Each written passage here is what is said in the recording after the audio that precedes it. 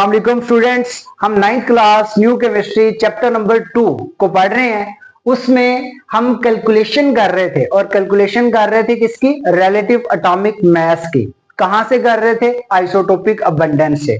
Last video lecture में मैंने आपको सैंपल एग्जांपल 1 पढ़ाई थी। इस लेक्चर में सैंपल एग्जांपल 2 को सॉल्व करते हैं। अगर आप लोगों ने मेरा YouTube चैनल अभी तक सब्सक्राइब नहीं किया तो इसको लाजमी करें ताकि आपको आने वाली हर नई वीडियो और हर नई अपडेट मिलती रहे। तो आइए लेक्चर का आगाज करते हैं। सैंपल एग्जांपल 2 जो है, इसमें आपको जो स्टेटमेंट दी गई है थोड़ा सा कंफ्यूजिंग स्टेटमेंट है, आप लोगों ने परेशान नहीं होना। देखिए, कैलकुलेट द रिलेटिव एटॉमिक मास। आपने कैलकुलेट करना है रिलेटिव एटॉमिक मास, लेकिन रिलेटिव एटॉमिक मास कैलकुलेट करना है लाइट आइसोटोप का। ऐसा आइसोटोप जिसका मास कम है उसको लाइट आइसोटोप बोलेंगे। लाइट आइसोटोप ऑफ क्लोरीन, यानी कि आपने रिलेटिव एटॉमिक मास फाइंड करना है लाइट आइसोटोप ऑफ क्लोरीन। तो देखो, जो आपके पास रिलेटिव एटॉमिक मास है, relative atomic mass of light isotope of chlorine, इसको आप रिप्रेजेंट कर दोगे M1 से।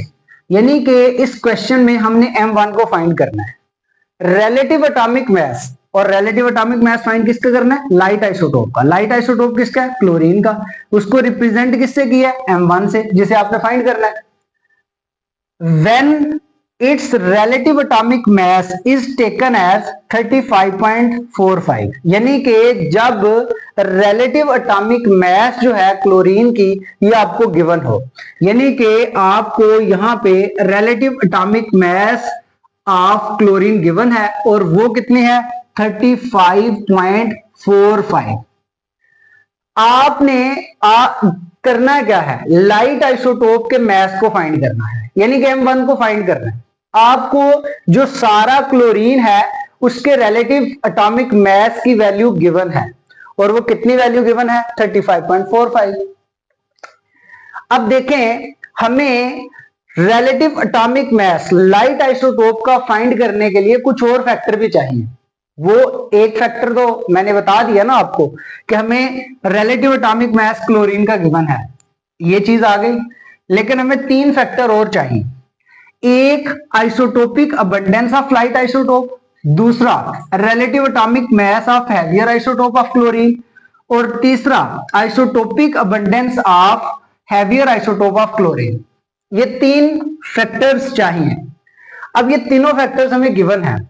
जो लाइट आइसोटोप है ना भाई, लाइट आइसोटोप ऑफ क्लोरीन, इसकी आइसोटोपिक अबंडेंस जो है ये आपको गिवन है 75.77%, यानी कि P1 आपके पास आ गया है। P1 is equal to 75.77%। और M2, जो M2 है relative atomic mass of heavier isotope of chlorine, वो देखो ये यहां पे गिवन है। ये आपके पास M2 की वैल्यू है, M2 की वैल्यू है 37। और जो आपके पास आइसोटोपिक मास है हैवियर आइसोटोप का, यानी कि जो आपके पास P2 है वो है 24.23%। आपके पास P1 भी है, आपके पास P2 भी है, आपके पास M2 भी है और आपके पास relative atomic mass of chlorine भी है। सिर्फ एक फैक्टर नहीं है और वो फैक्टर है M1। इस M1 को हमने फाइंड करना है, तो आइए फाइंड करते हैं। हमारे पास जो फॉर्मूला है उस फॉर्मूला को अप्लाई करते हैं। फॉर्मूला है जी, relative atomic mass of chlorine is equal to आपके पास mass, relative atomic mass of light isotope of chlorine multiply उसकी रिलेटिव अबंडेंस या आइसोटोपिक अबंडेंस, प्लस दूसरा जो हैवियर आइसोटोप है उसका मास और दूसरा जो हैवियर आइसोटोप है उसकी आइसोटोपिक अबंडेंस, डिवाइड बाय 100। अब जो वैल्यूज आपको गिवन है उन वैल्यूज को पुट करें और आंसर निकालते हैं। रिलेटिव एटॉमिक मास क्लोरीन की कितनी है? 35.45, तो यहां पे लिख दो 35.45। M1 आपने फाइंड करना है, इसको एज इट इज लिखा रहने दो।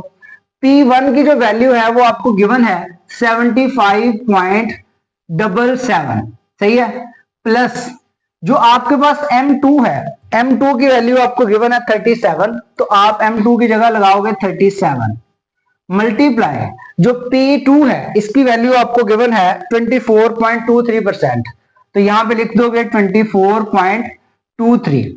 अब आपने इसको डिवाइड करना है, और डिवाइड किस पे करना है, 100 पे। आपके पास सारे फैक्टर हैं, सिर्फ एक फैक्टर मिस है, और वो फैक्टर मिस है M1, और इसी को हमने फाइंड करना है। अब आप लोग क्या करोगे, ये देखो 100 इधर डिवाइड हो रहा है, इधर आके मल्टीप्लाई हो जाएगा, तो आप करोगे 35.45 multiply by 100 is equal to, next आप लोगों ने क्या करना है, M1 को फाइंड करना है। M1 को एज इट इज लिखा रहने दें, मल्टीप्लाई 75.77 को एज इट इज लिखा रहने दें, प्लस इन दोनों को मल्टीप्लाई कर लो। जब इन दोनों को मल्टीप्लाई करोगे तो हमारे पास देखिए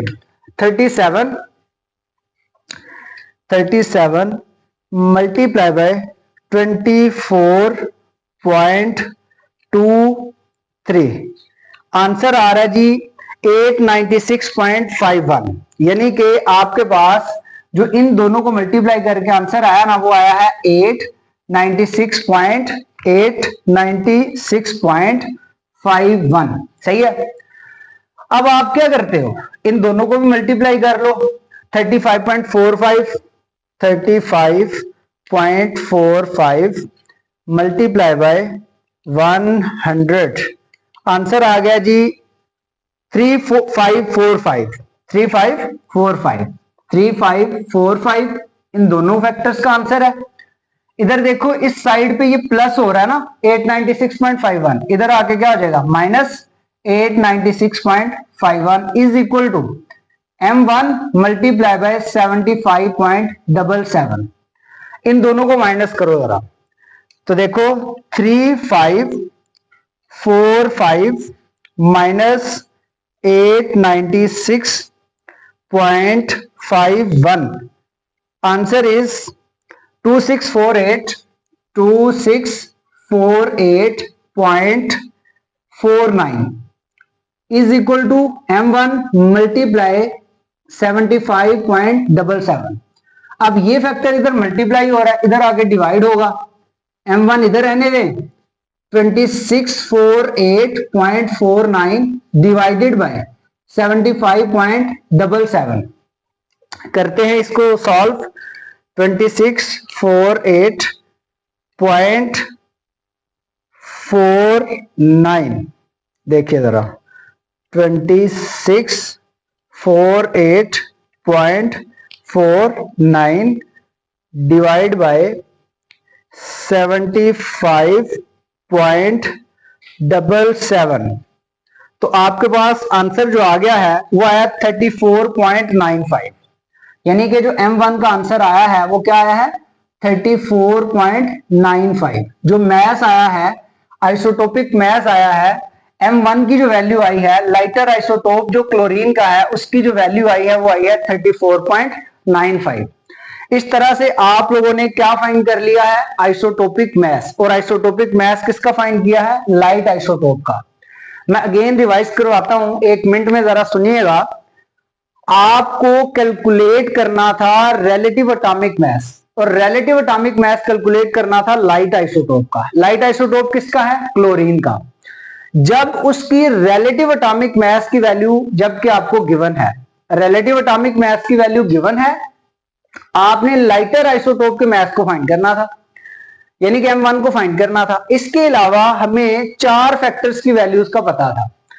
जो relative atomic mass of chlorine की वैल्यू 35.45 थी, M1 फाइंड करना था, P1 की वैल्यू 75.77 थी, तो ये देखें 75.77 लिखी, और जो M2 था उसकी वैल्यू 37 थी, और P2 की वैल्यू 24.23 थी। डिवाइड किस पे किया, 100 पे, तो देखें ये 100 डिवाइड हो रहा था, इधर आके मल्टीप्लाई हो गया, is equal to M1 multiply 75.77 plus 37 multiply 24.23, इन दोनों को मल्टीप्लाई किया 896.51 आया, इधर प्लस हो रहा था, इधर आके माइनस हुआ। सही है। उसके बाद 75.77 इधर मल्टीप्लाई हो रहा था, इस साइड पे आके डिवाइड हुआ, और हमने फाइंड कर लिया आइसोटोपिक मैस। और आइसोटोपिक मैस किसका फाइंड किया है, लाइट आइसोटोप्स का। तो ये था जी हमारा सैंपल एग्जाम्पल 2। और अब हम नेक्स्ट जो लेक्चर होगा उसमें हम पढ़ेंगे कुछ एक्सरसाइज के सवाल हैं। एक्सरसाइज यानी कि रिलेटिव एटॉमिक मास के टॉपिक के लिहाज से है, उनको सीखेंगे। अपना ख्याल रखिएगा। अल्लाह हाफिज।